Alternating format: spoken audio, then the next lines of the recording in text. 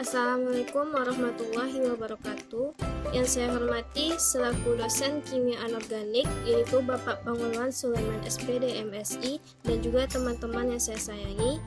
Kali ini saya Rizky Kaftarina dari kelas PKA 3J Program Studi Pendidikan Kimia Universitas Sultan Syarif Qasim Riau akan membahas tentang hidrogen. Ada 8 sub pembahasan yang akan saya bahas. Yang pertama, keberadaan hidrogen. Yang kedua, sifat fisis dan sifat kimia hidrogen.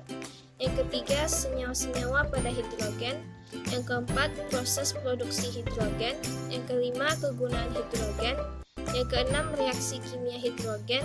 Yang ketujuh, ikatan hidrogen. Yang kedelapan adalah gas hidrogen sebagai bahan bakar. Yang pertama adalah keberadaan hidrogen.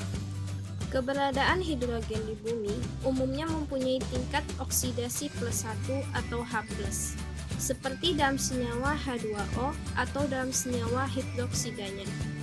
Hidrogen dapat diperoleh sebagai unsur bebasnya yaitu H2 dengan cara reduksi elektrolitik atau reaksi kimia. Di alam telah diketahui terdapat 3 isotop hidrogen, yaitu dengan hidrogen yang bermassa 1 atau protium, hidrogen bermassa 2 atau deuterium, dan hidrogen yang bermassa 3 atau tritium. Adanya penggantian atau H dengan isotopnya yang lebih berat akan merubah sifat-sifat kimia dari senyawa. Sebagai contoh adalah tetapan autoprotolisis D2O pada suhu ruang adalah 3,10 pangkat min 15. Kira-kira 3 kali lebih rendah dari tetapan autoprotolisis air normal. Dan tetapan dieelektrik D2O kira-kira 2% lebih rendah dibandingkan air normal. Hibrida dari isotop yang berbeda mempunyai sifat fisik yang cukup berbeda. Misalnya titik didih dari H2, deuterium, dan tritium masing-masing adalah 20,4, 23,7, dan 25 Kelvin. Sub pembahasan yang kedua adalah yaitu sifat fisis dan sifat kimia hidrogen. Berikut ini adalah sifat fisis dari hidrogen.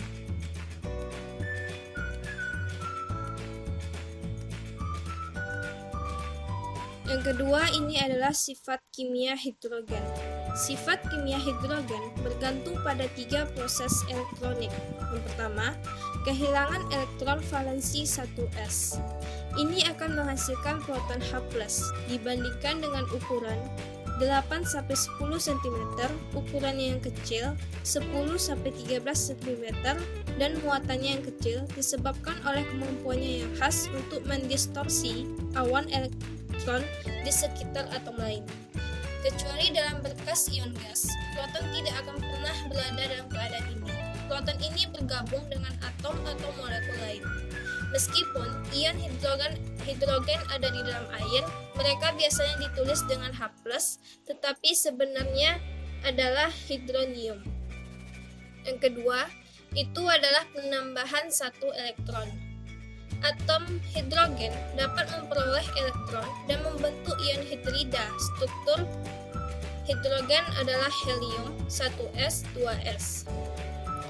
Ion ini hanya ada di dalam kristal hidrida logam bermuatan positif, seperti natrium hidrida dan kalsium hidrida.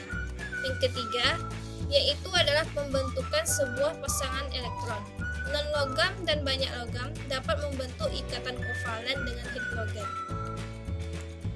Yang ketiga yaitu adalah senyawa-senyawa pada hidrogen. Ada 2 senyawa-senyawa pada hidrogen. Yang pertama, itu adalah senyawa protonik dan senyawa hibrida.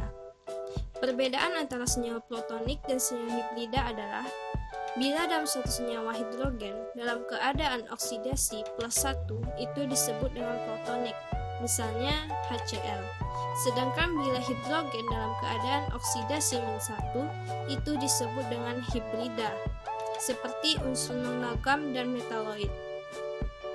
Yang kedua yaitu adalah hibrida garam.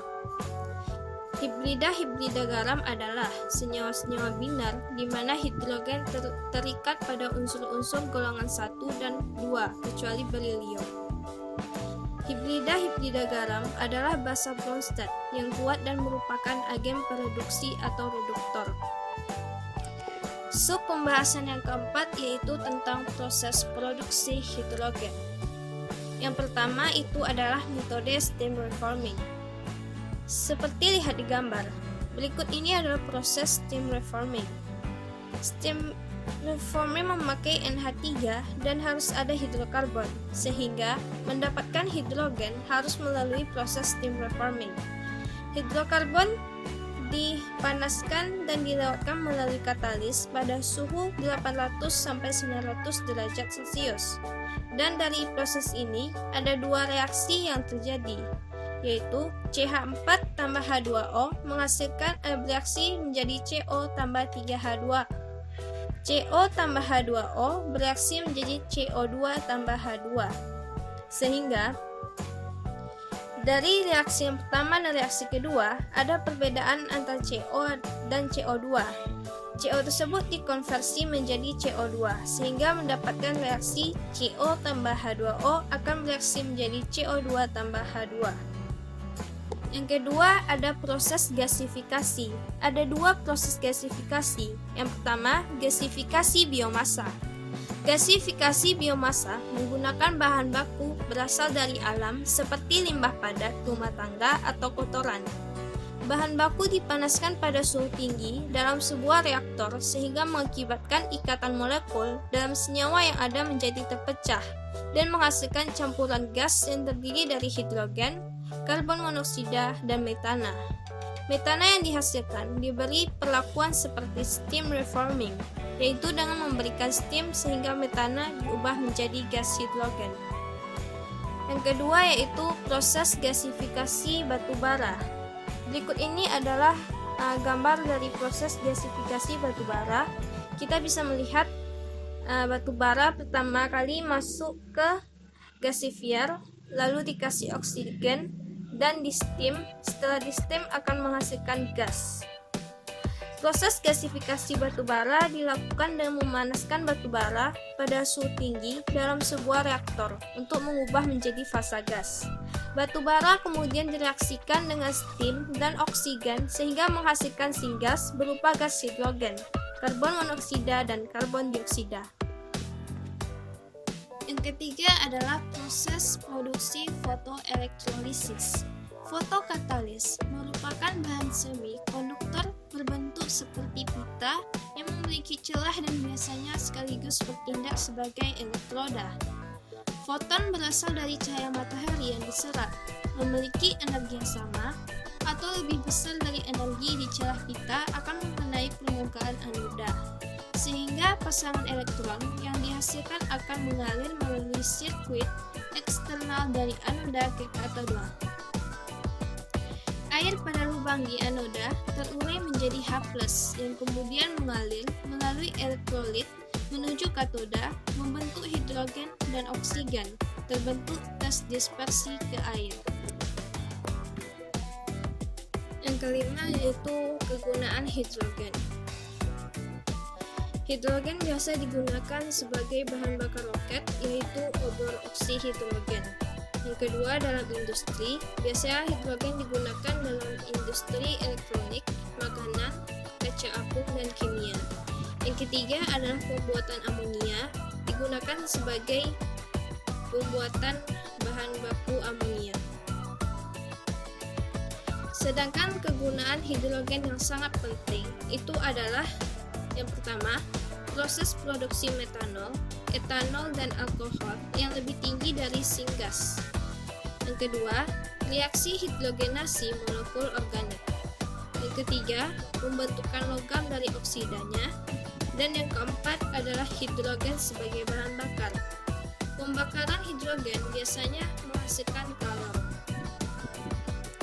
Yang keenam yaitu reaksi kimia hidrogen. Reaksi kimia hidrogen. Hidrogen adalah gas yang tidak berwarna. H2 kedua lebih ringan dibandingkan dengan udara. Campuran hidrogen dan udara tidak bereaksi jika tidak ada api. Bila ada api, menghasilkan warna nyala karakteristik merah yang hanya menghasilkan produk H2O. Reaksi hidrogen dengan air. Hidrogen tidak bereaksi dengan air. Kelarutan hidrogen dalam air yaitu sekitar 0,00160 gram pada 20 derajat Celcius atau 297 Kelvin dan tekanan 1 atm. Yang kedua, reaksi hidrogen dengan halogen. H2 tambah F2 akan bereaksi menjadi 2HF. Yang ketiga, reaksi hidrogen dengan asam. Hidrogen tidak bereaksi dengan larutan asam. Dan yang keempat, reaksi hidrogen dengan basa. Begitu juga dengan larutan basa, hidrogen juga tidak bereaksi dengan larutan basa. Yang ketujuh yaitu adalah ikatan hidrogen. Ikatan hidrogen dengan mudah terbentuk bila atom hidrogen terikat pada atom yang sangat elektronegatif, seperti besi, oksigen, atau nitrogen. Berikut ini adalah contoh dari ikatan hidrogen.